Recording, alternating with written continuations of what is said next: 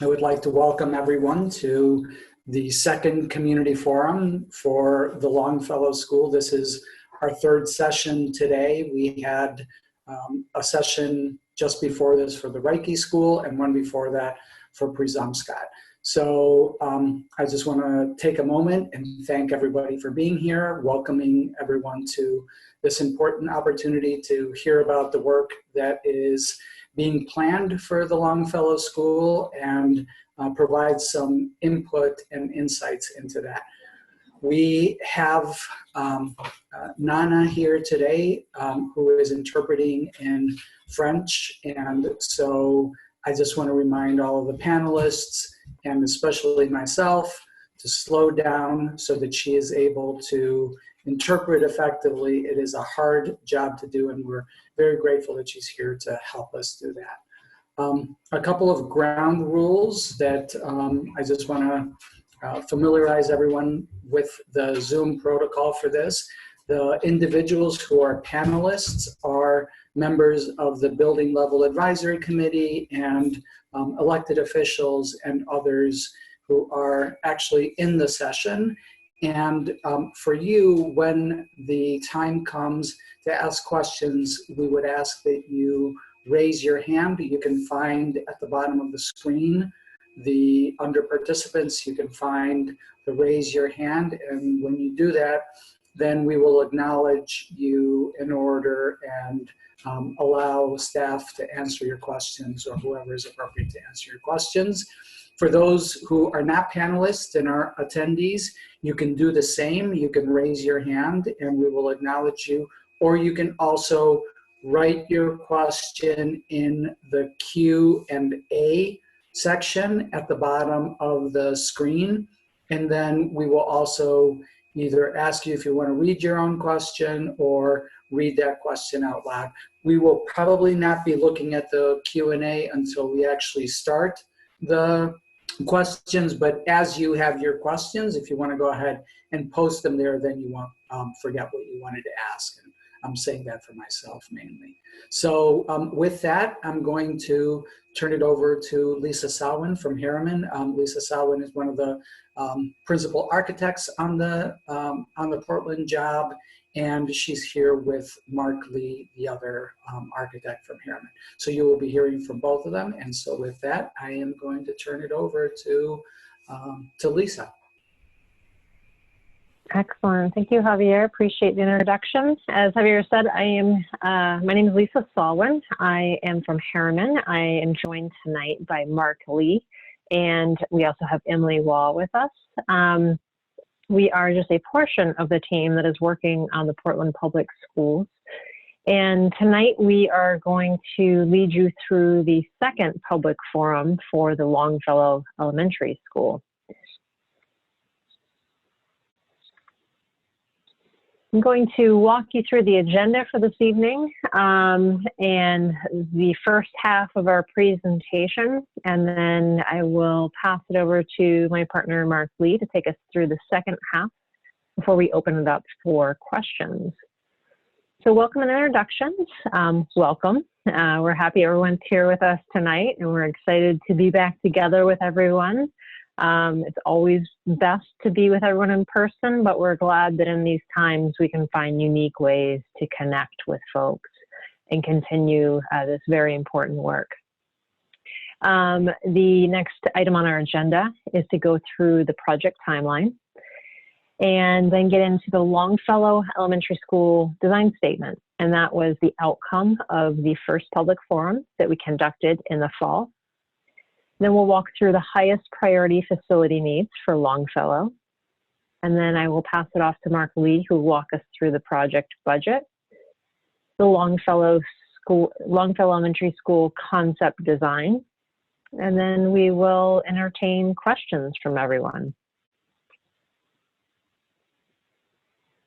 So the BFOF project schedule. The BFOF contained 4 schools. One which is Lysa, which is under construction right now, and we invite folks to drive past that when you get a chance, coming along quite nicely. And then other 3 schools are Longfellow, Reiki, and Presumpscott. and we are working on all 3 of those at the same time. The schedule I'm going to walk you through, I'm going to start with these green bubbles at the bottom of the page. These are the milestones, project milestones, different things we're working towards and trying to achieve along the way. The gray bar in the middle is the next item that I'll address, which are the agendas or the things that we're focused on at the different stakeholder meetings. And those are these colorful bubbles at the top.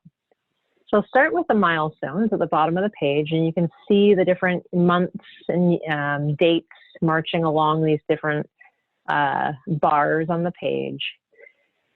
So the programming, initial programming phase has been completed. Programming happens throughout the process, and what we mean by programming is that's where we get all the information on the different types of spaces and needs of the schools as we dial in what is called the concept design. And the concept design looks at the scope of work that you'll be moving forward with that will fit within the allotted budget.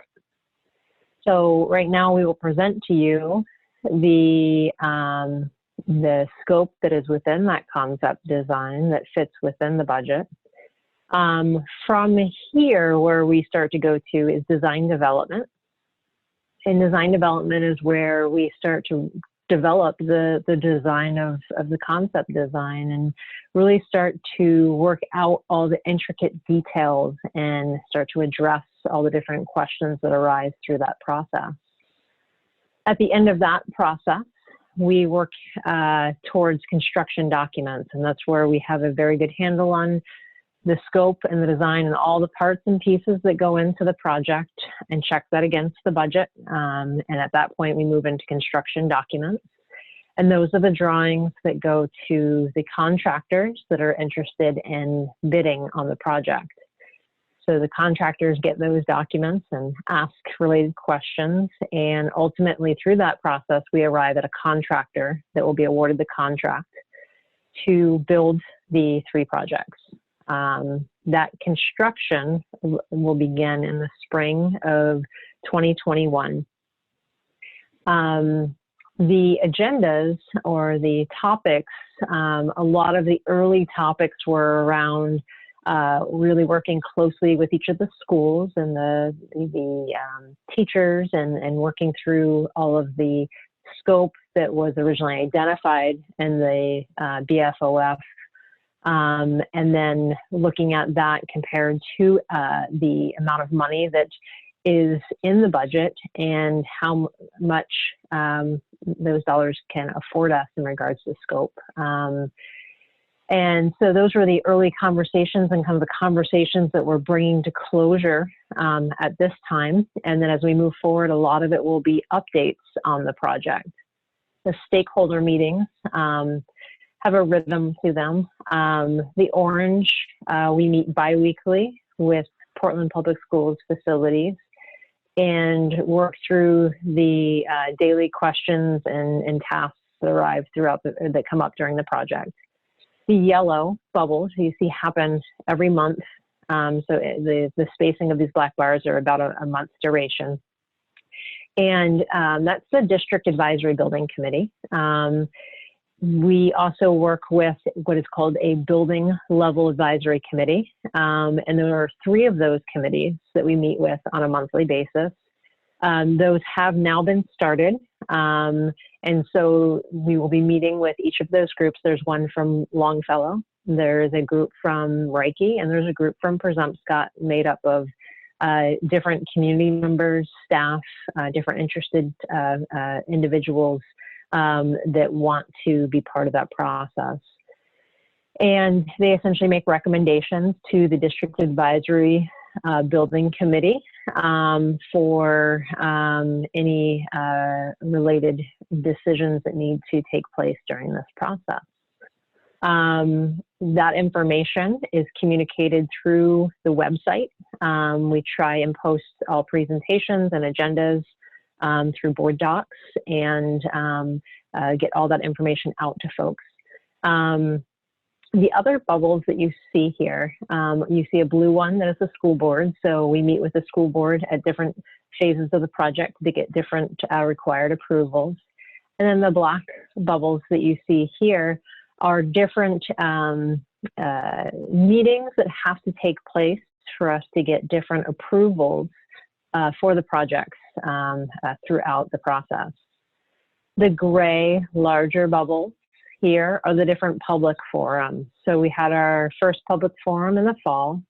We'll have our second public forum tonight, which is a great opportunity to connect with everyone and update on what has happened since the last time we've met. And then there will be a third public forum in the fall that will be before we go out to bid, so that folks can see where the plans arrived at and be able to provide feedback at that time.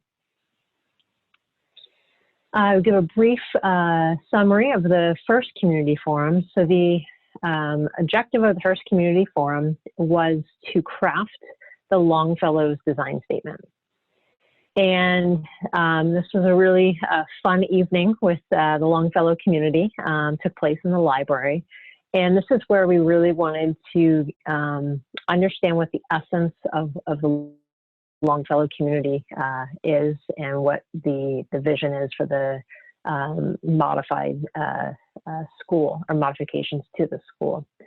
And so that process was looking at getting each of the groups to provide words or phrases that they felt captured the essence of Longfellow. And the group arrived at 3 words or phrases, and some had multiple parts, which is great. And those were neighborhood center, community, integrated into the neighborhood. And so that's all sort of one thought with many components, but I think you can definitely see that this is definitely a school that is about the community. It's the center of the neighborhood. There's a lot of integration, a lot of talk about walkability, as well as the historic asset or the architecture of the building. During that forum, we gave a presentation on best practices in 21st century elementary school design. And there's a series of spaces and images that were presented that night that start to speak to whether it be connection to the outdoors, which you can see represented in some of these images, or sort of the celebration of student work, or identification of the community within the school, or a welcoming entry, and different varieties of learning spaces to support any of the social emotional learning that's going on, as well as community spaces. Through this exercise of words and pictures, we then asked each group to arrive at what we call a design statement. And this statement is really what we use as designers to check back in on throughout this process. As we're making decisions in the design, we look at this statement to say, are we capturing the essence? Are we being true to the essence of Longfellow as we move through this? There's multiple statements that came out of that night, and so we took the multiple statements and combined them into one, which reads, nurturing the roots of community to grow the hearts and minds of learners for a dynamic world. So that was the outcome of Community Forum number 1. Throughout this process, there's been a scope of work that was identified in the BFOF that essentially addressed several needs throughout all of the different schools, and there was threads that kind of tied all the different scopes of work through all 4. As the timeline has developed and we look to execute the different scopes of work throughout the years, we weren't able to afford all of the scope that was originally identified for the allotted budget.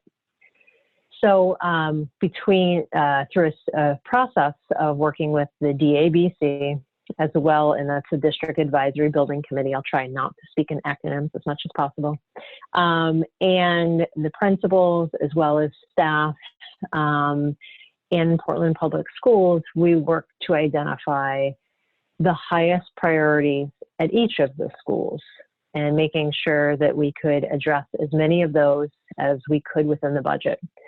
And so the highest priorities that have come out of that process for Longfellow are classroom upgrades and abatement, creating a secure, accessible entrance. And this is one of the areas that was really a district priority that is being executed at all of the schools.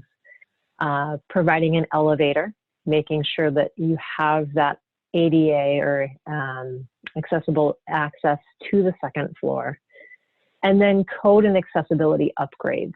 And those are things that have to happen in a project like this in order to meet all of the current building codes. And so with that, I'm going to pass it over to Mark Lee, who's going to walk us through the budget for the Longfellow School project. Thank you very much, Lisa. As Lisa stated, we had a finite budget to work with to accomplish a lot of the needs of the facility. And the project budget is broken into two components. One is what we sometimes refer to as hard cost or construction cost. And that's the amount of money that the school district will contract with a builder to do the renovations.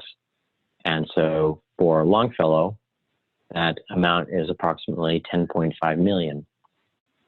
The additional costs to fund the project go for things such as testing, construction testing. It goes for a supervision of the construction after it starts. It goes for fees for the architects and engineers. It pays for furniture and technology. And so those are costs that we refer to as soft costs, and they amount to about 25% of the total project cost. So with the construction and soft cost, the amount of funds that have been appropriated for Longfellow are approximately $14 million. The amounts of money that are shown here cover all three schools, and they're different because the construction funds and subsequent project funds relate to the different configuration of building, the age of the building, the size of the school, and so it's different for each of the schools. It was established back at the beginning of the BFOF project. So with that, we'll move to the next slide. So with that $10.5 million, we look to accomplish as much of the needs as we possibly can. And those included the abatement of any of the hazardous containing material, the asbestos primarily, in the building. And that largely resides in the ceiling and flooring. And so a large portion of the scope of the work at Longfellow will be an investment in the existing classrooms. And that will result in new ceilings with new lighting and lighting controls. It'll also result in new flooring in the classrooms. There will also be upgrades to the power or the electrical outlets in the room and the instructional technology. And so that's a large portion of what is being accomplished at Longfellow. In addition to the work in the classrooms, there's also a new entrance, a secure and accessible entrance, and we'll share that in a minute on the slide here. There we go. Lisa has advanced the slide. So the gray area indicates the area of the floor plan with some level of renovation. The dashed line is where there's a higher degree of renovation. So we're creating new rooms to accommodate different functions in the school, including the nurses area, occupational therapy, ELL, the English language learners, and a new admin area adjacent to a new security vestibule. And so the blue zone is the creation of a permanent ramp and set of stairs up to a security vestibule. One of the really unique aspects of Longfellow is the historic character of the building. And so in creating an entrance on the side, we preserve the primary appearance of the entrance, the main entrance, or what had been the main entrance from Stevens Avenue. So the new entrance, primary entrance, will be accessed from the right-hand side of the building, adjacent to parking, so that visitors naturally will come to that door, and they will be allowed to enter after someone from the administration has been able to see who they are and check credentials and allow them to enter the building. You'll also see in blue the elevator square on the left-hand side of the plan, where Lisa is circling right now. And the reason that the elevator is on that side of the building is because that's where it can access all 3 levels of the building. Typically, we would like to have the elevator near the main entrance, but in this case, the lower area, the lowest area of the building is on that left-hand side.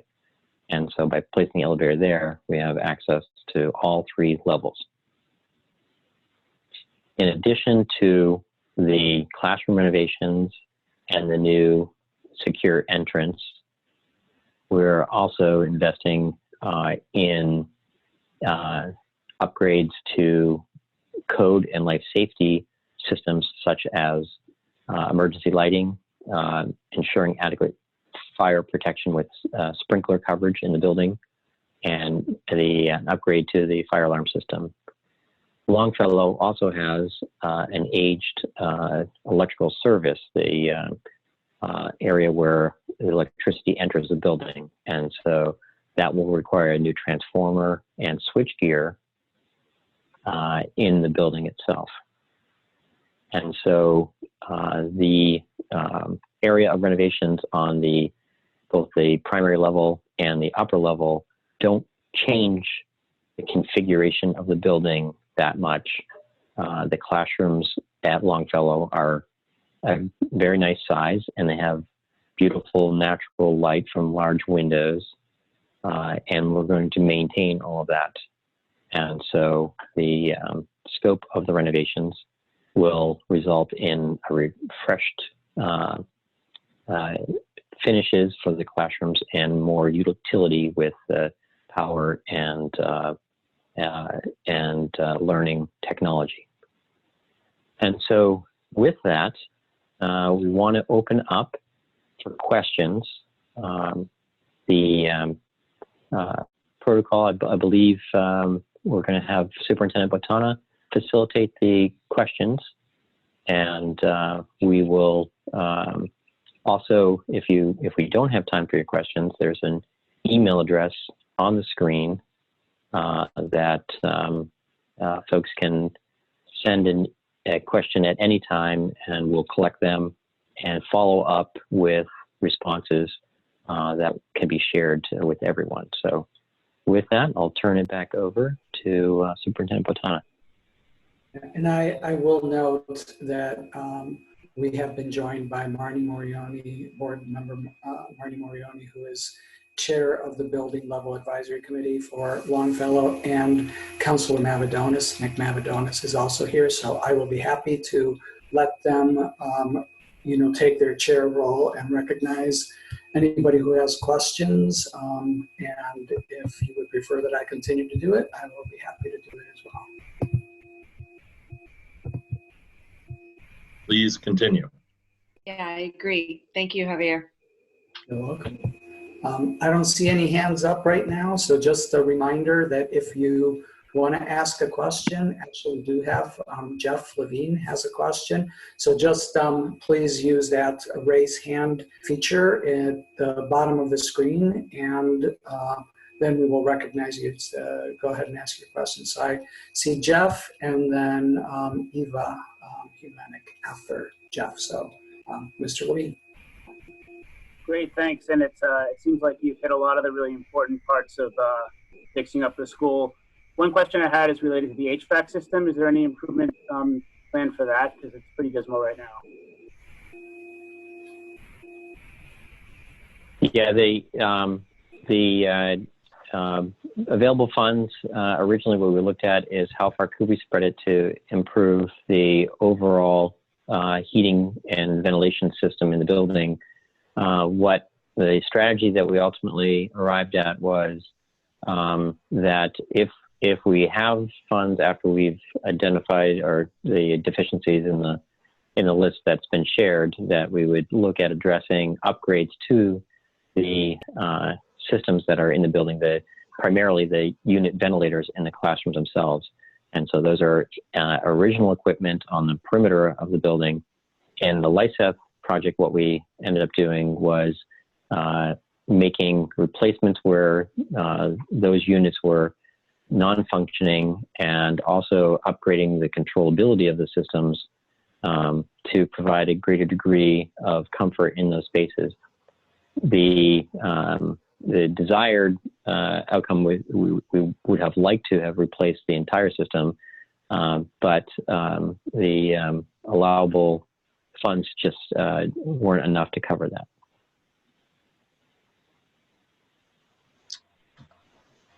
Is that it, Mr. Levine, before I move on to Ms. Humanic? Okay, Eva, you're next. Thank you. I just wanted to say, overall, I am really excited about the scope of work and this concept design. I just had a question about the windows at Longfellow. The last that I was aware of was that we had quite a few windows that do not open, or that are sort of a Herculean type effort to open them. And I'm just wondering if that's included in the scope, and if it's not, if there's any plans to try to see if we could get additional funding from the city to have windows that open. Yeah, thank you. We heard in our interviews with staff that shared many times the concern or the difficulty of opening. They're very large windows. They provide a lot of beautiful natural light, but they're really difficult to operate. So one of the things that we're examining in this next phase is to actually look to see if there's anything we can do retrofit the existing windows to make them safer to open or easier to open as well. And that may include springs and balances. And so that's our first effort, is to see if we can retrofit the existing in a cost-effective way. Replacing windows on the school like this with the size of the units that they have becomes very expensive, and so that is one area that we're looking to see if there's some way that we can make changes, because we heard loud and clear that comment, Eva, that you've shared with us as well. Okay, thank you. Any other questions from panelists, from members of the committee, the BLAC, before we move to, we have a handful of questions over in the Q&A as well. But if I move over there, and then if there are any questions, we'll come back to you then. So on the attendee side, anonymous attendee asks or says, your scope of work only adds up to 9 million. Where is the other 1.5? And also points out that 25% construction oversight is very high. What strategies do we have to reduce those costs? Very good. So thank you. And there are two different figures that we're looking at, but early on, I think the scope of work that we identified, I'm not sure where the 9 million comes from. I'm looking at the budget on this slide. We have 8, 2 is 10. And then if we look at the remaining, it comes to another $4 million, which would be $14 million. And those are project costs. Those are the total costs, including all of the soft costs. The ratio of 25% for the soft cost to the 75% hard cost is actually on the a little bit on it's very, very typical in the construction or in the in a institutional construction world. It's not simply construction oversight. It also includes things such as furniture and technology purchases and utility costs, and so there's some costs associated with all of that in the total project cost as well. So that ratio of 25% hard and soft cost is pretty average, and what we see very typically on not only these projects, but it's on state-funded school construction projects. It's the same ratio. And then a follow-up is about the speech therapy. Is there dedicated space for speech therapy that allows for confidentiality and reduced interruptions?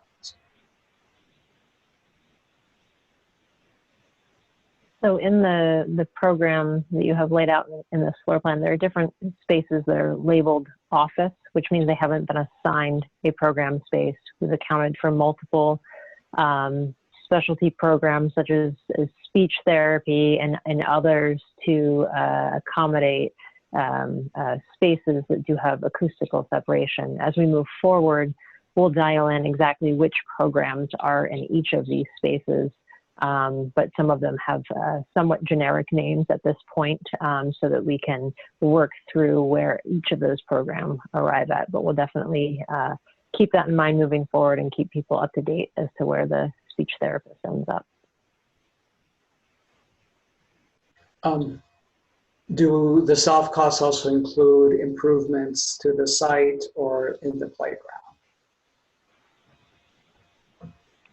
Yeah, at this present time, we don't envision a lot of costs going to site improvements or playground. One of the things that we have been extremely impressed with is the degree to which the area of the courtyard becomes utilized both in the curriculum, but also in a celebration of the natural world. And that won't be disrupted at all during or we'll minimize it. There may be slight disruption around the construction of the elevator, but we want to maintain all the really wonderful features of the area of the site. One of the things that we had to do in developing the scope of work was look at what things could be developed during this that would be very difficult to do again in the future. And so a lot of the built-in parts to the building and the systems that have to be modified are areas that probably won't be visited for some amount of time. It may be easier to make some improvements to some of the site features, such as playground equipment, outside of the scope of a construction project like this. And then where will the art room be located?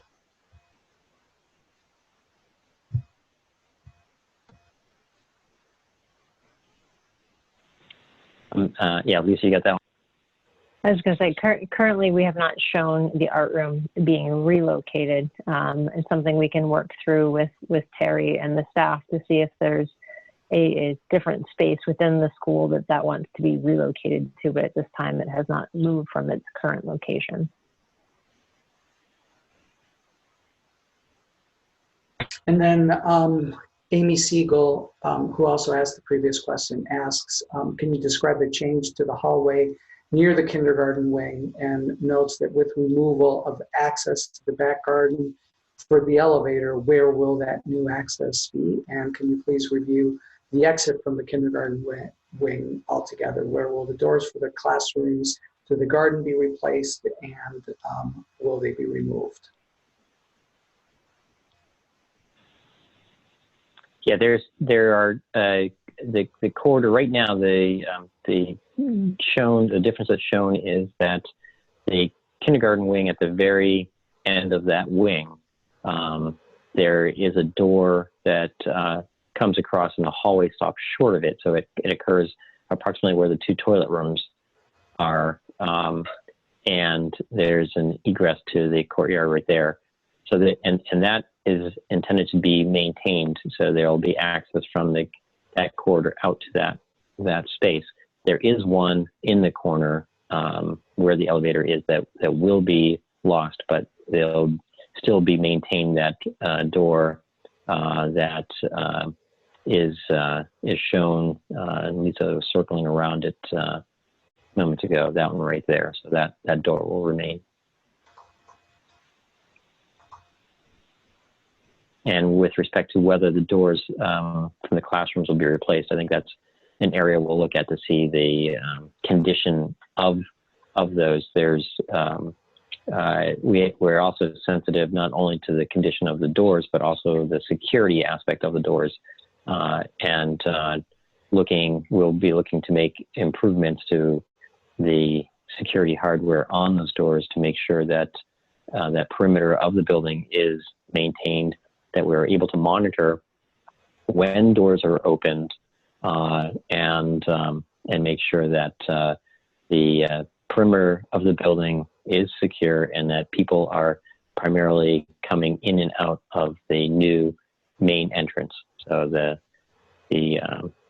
security features of the building will look at adding switches to doors to make sure that it's always known if a door is opened, and that way it can be responded to ensure that the building is safe. Great. Michael Barton, back on the panel, has a question. Yes, good evening.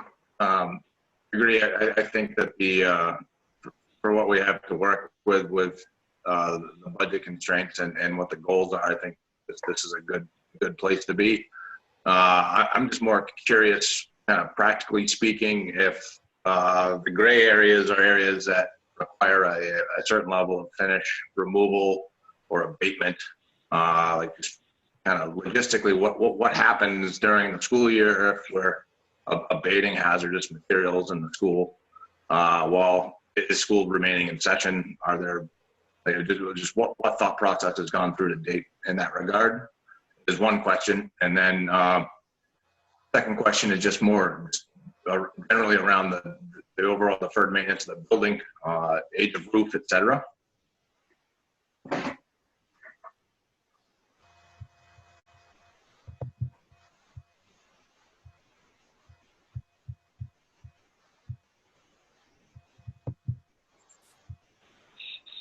So thank you for those questions, Michael. The first, I'll try and take them in two parts. So I think your first question had to do with the abatement of materials or replacement of materials, and how does that work in a phased construction project. And so that's something we'll work very, very closely with Portland to arrive at a solution.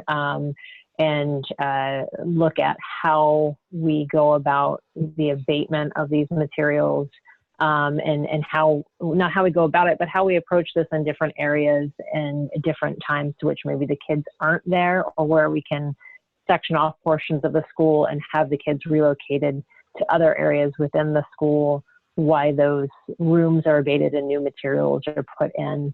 So it's definitely something that we'll work closely with everyone. And there's a lot of regulations around how all of this is done to maintain everyone's safety. So that's something we'll look at very, very carefully. We don't have the answer right now because we're just getting to the point where we can define the scope. And that's really what we start to get into right now, is working through those phases. And I apologize, Michael, the second part of your question was? Oh yeah, second part of the question was just holistically for this particular physical plant, the status of a current deferred maintenance list or other items that are nearing or at end of useful life that didn't make the cut. Excellent question. So that is definitely something we've worked with to look at with Portland Public Schools. Is there's a laundry list of other things that need to happen at all of these schools, and we definitely wish we could do all of it. But working with them to create lists so that not only do they have a deferred maintenance list of things that need to happen, but let's say in the event the bidding climate is favorable, are there items that we might be able to fold into the project? And we won't know that for some time, but we definitely have that list of other items that need to be addressed, so that Portland Public Schools has that list and can kind of work to chip away at those over time. I understand that Jessica Marino also has a question. I'm sorry, Jess, I did not see your hand and I don't see your question, but Janet pointed that out to me via text.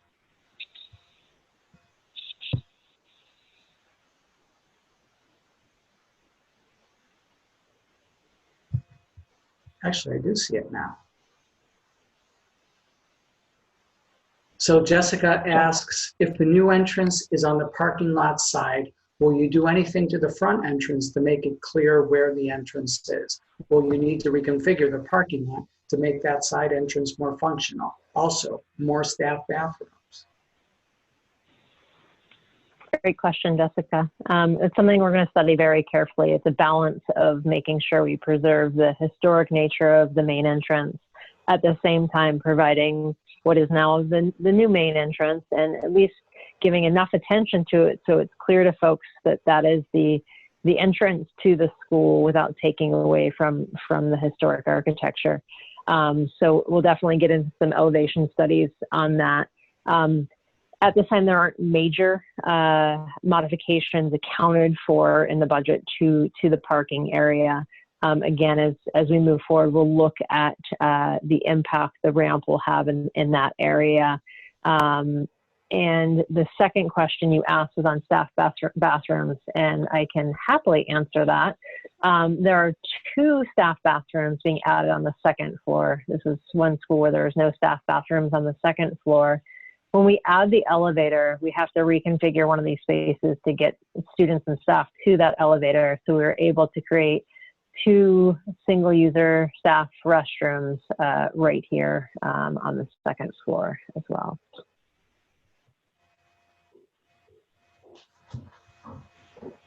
So I do not see any other panelists. Michael Barton.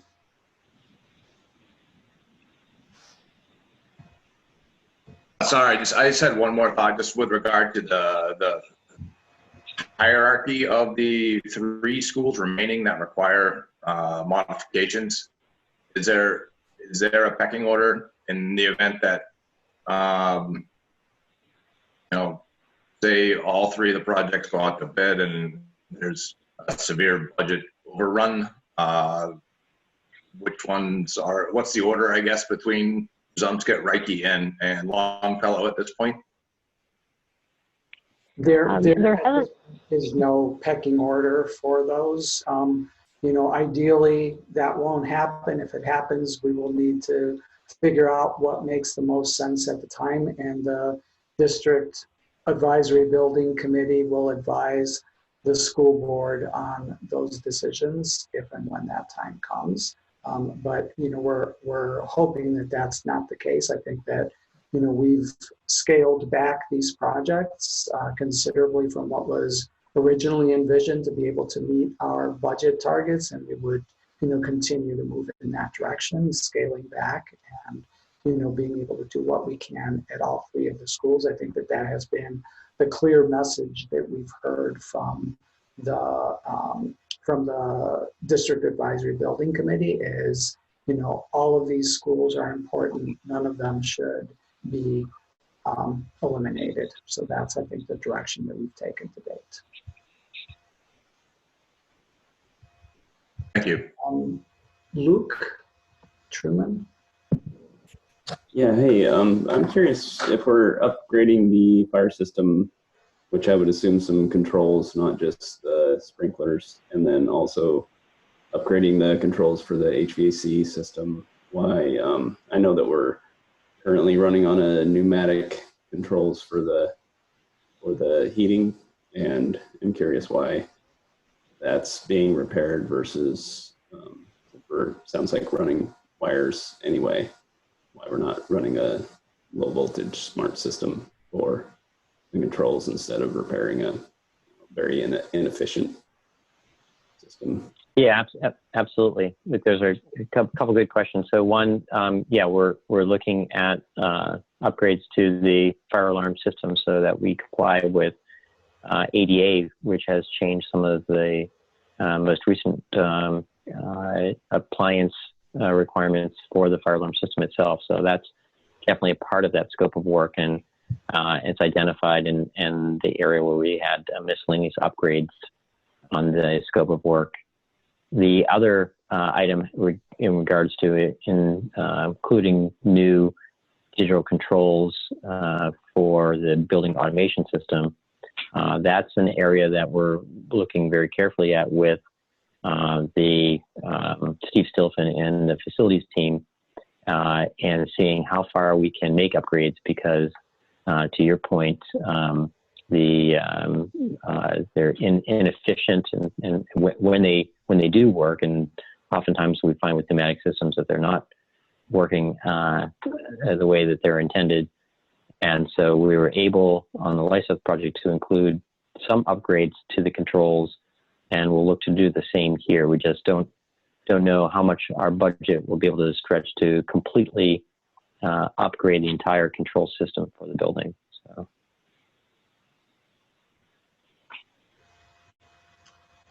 Jeff has his hand up. So you may have said this, I may have missed it, but what's the before and after classroom and specialist room count? It looks like some rooms might get lost in this project.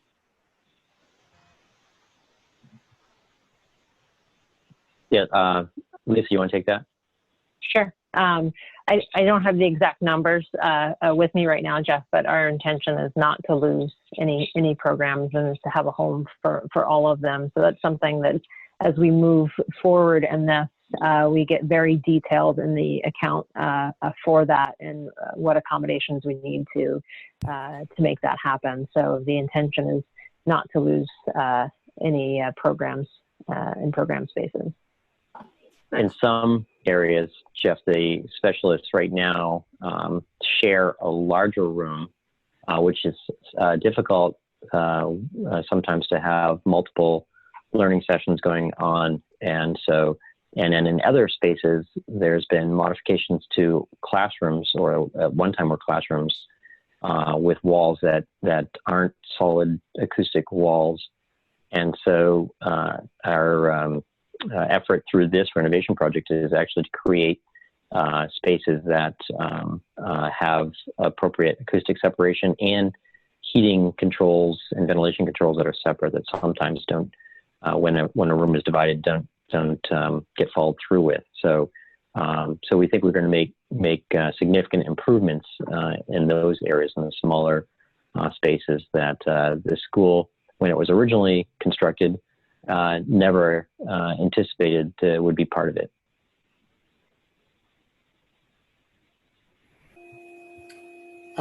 Back to the Q&A, Jessica had another question. The warming kitchen, is that to make the cafeteria more functional, is that out of the question?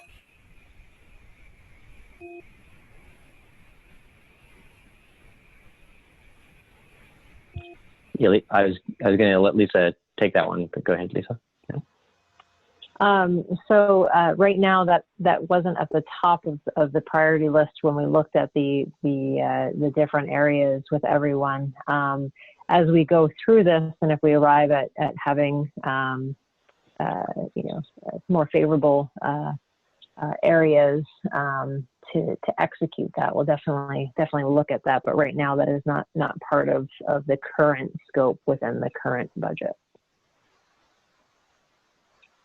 And then Amy Siegel also noted that the awnings over the doors that go into the garden are rusted and failing. Yeah, that was, I saw that comment. Amy, thank you very much. You're absolutely right. I think that's an area that we can easily look at as part of this project.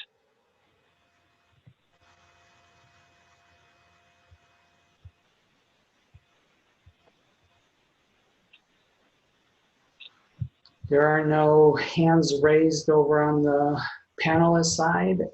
Do any of the attendees have any other written questions that they want to ask or want to raise their hand?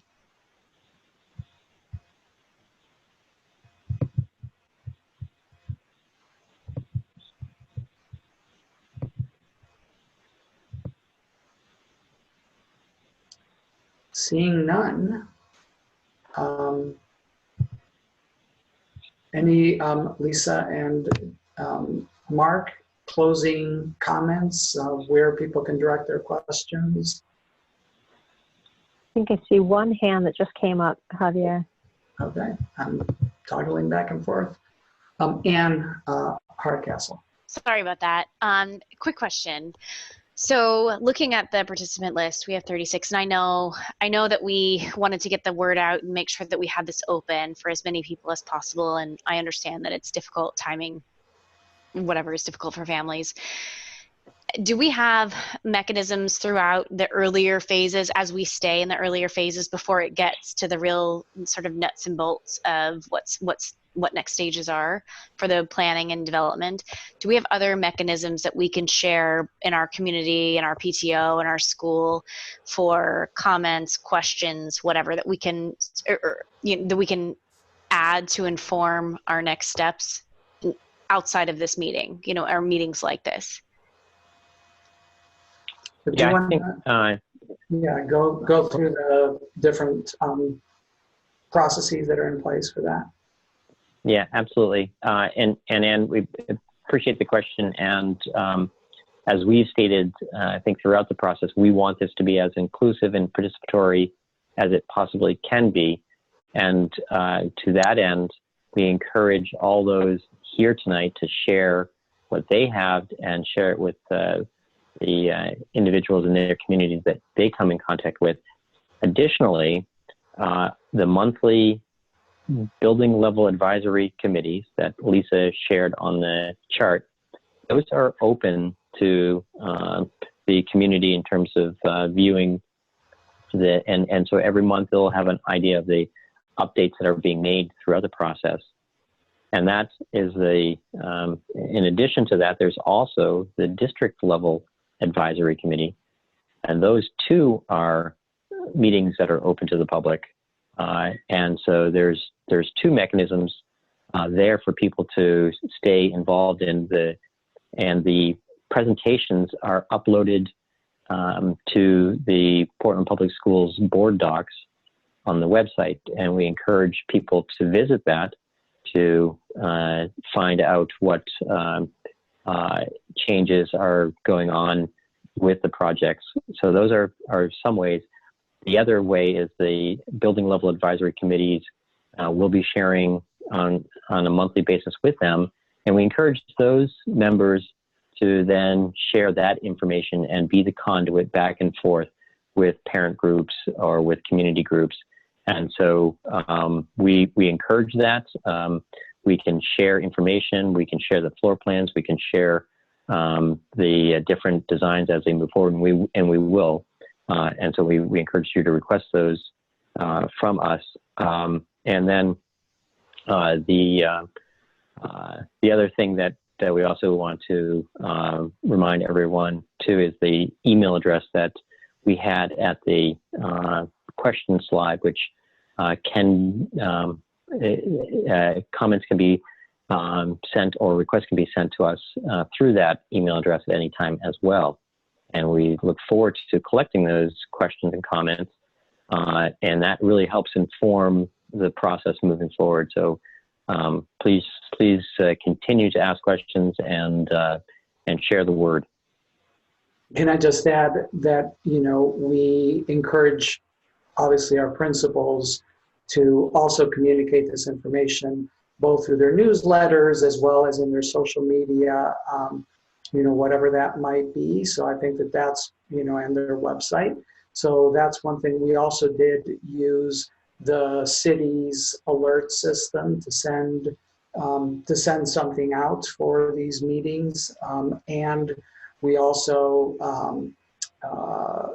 sent it to community organizations, so the neighborhood organizations, Deering Center and so on, as a way of, making sure that they helped us to get the word out. So this is, it's fairly good turnout. I think we had larger turnouts for the other ones, and this could also be because this meeting is the last one, and we will try when we have these via Zoom to stagger them so it's not always the same order, and so it isn't Longfellow always on the late bill. That's great. Thanks.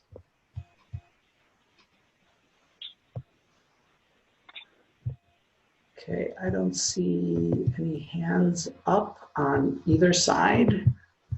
Make liars out of me, I'm sure, while I'm going over to the Q&A to see if there's anything. So a couple, Amy says she's very happy to see the elevator and accessible access. And then Jessica, it's still very challenging to find these slides on the PPS website board docs if you don't know what you're looking for. Can we brainstorm a better way to disseminate information? Maybe a dedicated website. We do have a banner at the front of the Portland Public Schools website with buildings for our future information. So I know that we don't have a very good, there's not great depth beyond that, but we can definitely continue to think about ways to make this information more readily accessible.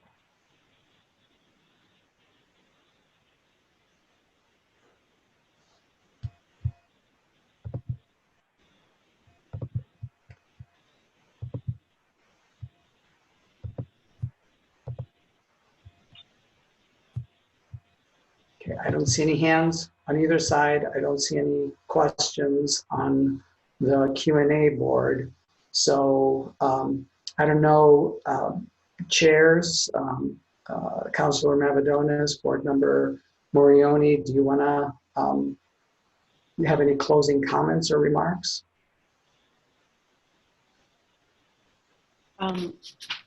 Sure, can you hear me? Okay.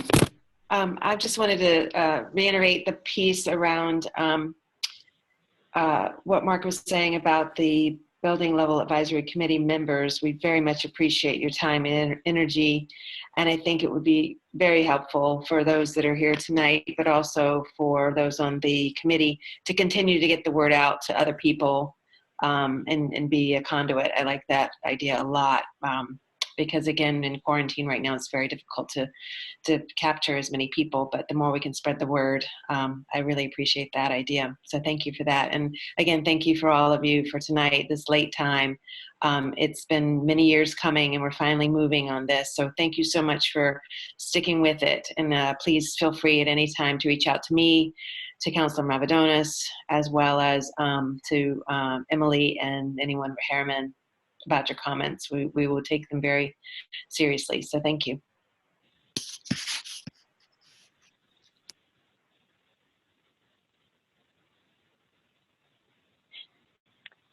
Javier is muted, but I believe, Javier, you were saying or waving goodnight to everyone.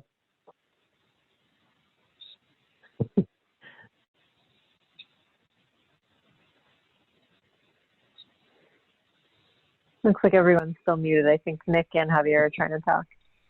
Yeah, I just realized that I was muted. So I was just saying I don't see any other questions. So I don't know. Councilor Mavadonis, did you have something you wanted to add? I read his lips. He said, I'm good. I'm good, yes. Okay. Well, then with that, now I will wave and say good night. So thank you, everybody, for being with us, and stay safe and be well. Thank you all. Good night, all. Thank you very much. Thanks, everybody. Good night.